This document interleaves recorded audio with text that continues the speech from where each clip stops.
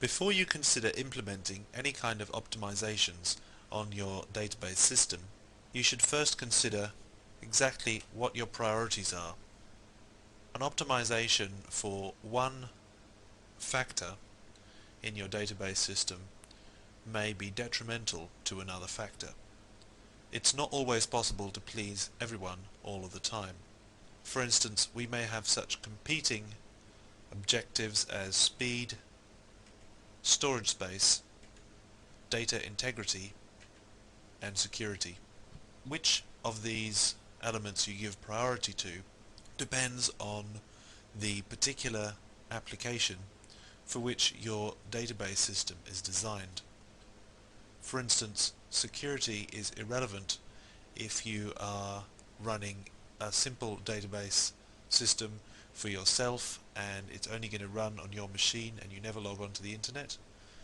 However, for a critical high access database system running over the web, security is going to be a big issue. This will also increase with the higher the sensitivity of the data you're storing within your database system. Storage space is not necessarily a particularly high priority, at least not as much as it used to be some decades ago when storage space on hard disks cost a lot of money. Nowadays, storage space is probably the first of the priorities to give way when an optimization needs to be made and one of these elements needs to be sacrificed. Data integrity is very important. We've just looked at the normalization measures to ensure the integrity of data in the last movie, and speed is always an important factor. How important each of these factors is to your particular database is something that has to be worked out on a project-to-project basis. Here, though, are some general tips for optimization within your database system. To begin with, avoiding redundancy and duplication within your database design. We've looked at some ways to do that in the last movie with the normal forms. You should also, wherever possible, avoid variable length columns, such as varchar and text. This is one of the occasions on which storage space, as a consideration, should give way to the speed of access. If you include any variable length columns within a table, the way that it has to be accessed is a lot slower than if the columns are all fixed width. For instance, if you have a varchar column, although it will actually take up less physical hard disk storage space than a fixed width char column where you specify the exact width of the column, the char column will be able to be accessed much quicker. Of course, if there are any variable length columns within a table, such as if you have to store comments or any variable length piece of data that is an important integral part of that table, then you may as well make the other columns within that variable length as well, because it won't make any difference whether these are fixed length or not. In this case, it's one bad apple spoils the bunch. Sometimes it's very useful and important to use variable length columns. At all other times, try to avoid them and use the fixed width columns such as char and so on. When you are designing your tables, use the smallest possible column types. Don't use an int column type where you can use a tiny int or a small int. On the other hand, try to foresee all realistic scenarios when you create your database design.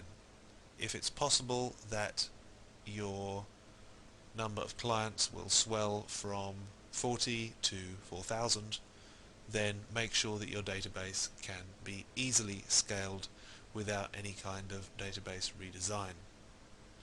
You therefore wouldn't want to use, for instance, a tiny int as your ID column for your client table.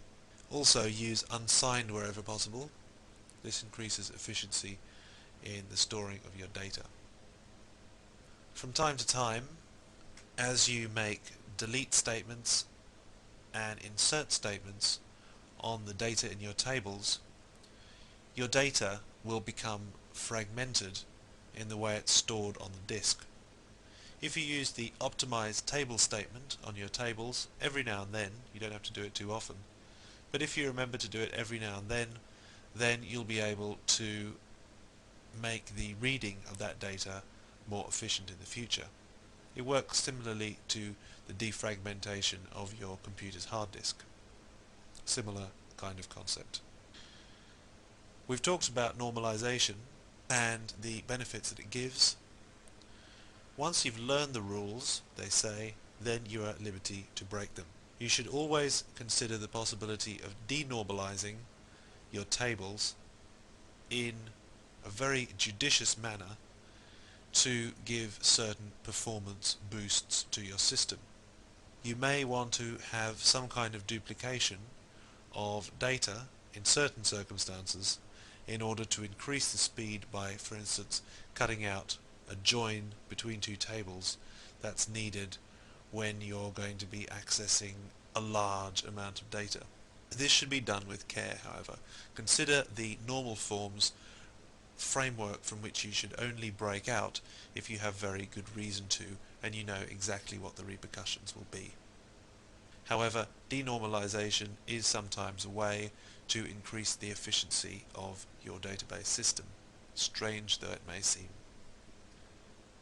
If you create any temporary tables within your workings of your database, for instance, if an application that accesses your database system needs for some reason to create a temporary table using MySQL, it should use the heap table type rather than the standard myISAM table type.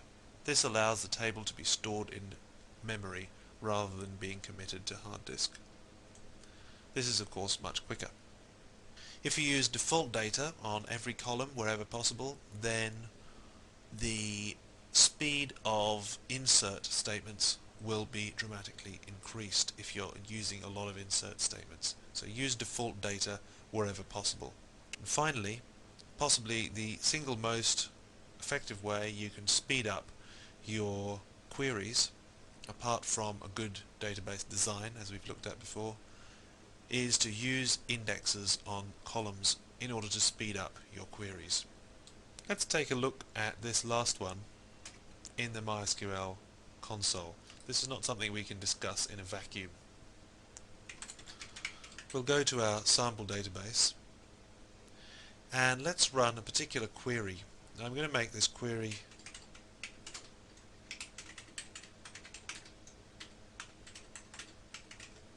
particularly involved and convoluted, just to give an example of difficult query to work out exactly what it's going to do before you evaluated it.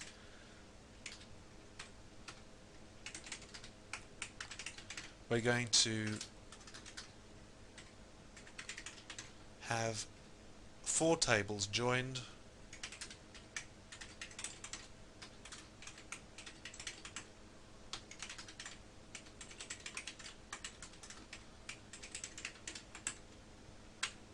and we're going to join at 3 places. This will return a particular set of results. Basically what we're trying to find out here is who bought what when. So Simon bought the Pelican mask on the 10th of February, for instance, 2002, and so on. If we want to examine the efficiency of this query, there's a very useful MySQL command we can use to do so.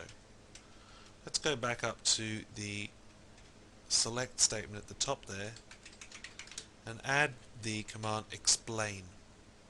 What this will do is it will work out exactly how the query works and give us a little report. Rather than carrying out the query itself, it will report on the way it would be carried out if we did carry it out.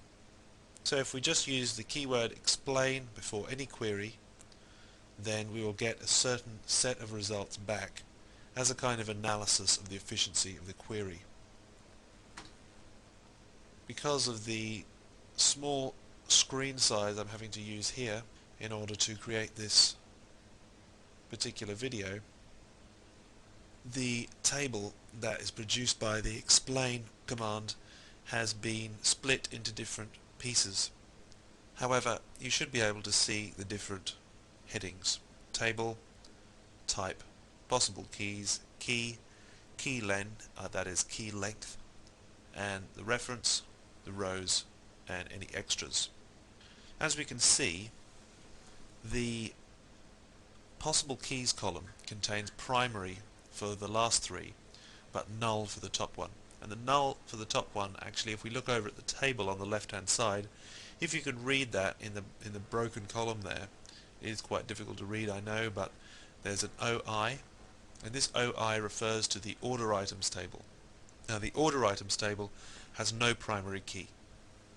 Has no key at all, in fact, because it's simply a linking table between the orders table and the products table. This is why the values for this table differ so strongly from the other values of the other tables, the results from the other tables.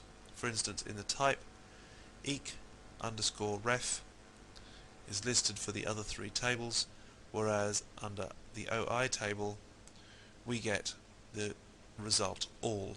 This means that all rows have to be searched on the order items table. One way in which we could speed up this particular query is to add an index. All we need to do is use the alter table statement, then give the name of the table, and simply say add index, and we'll tell it which column or columns we wish to add an index to.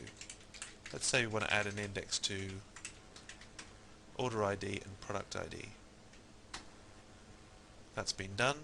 Now if we repeat our explain statement,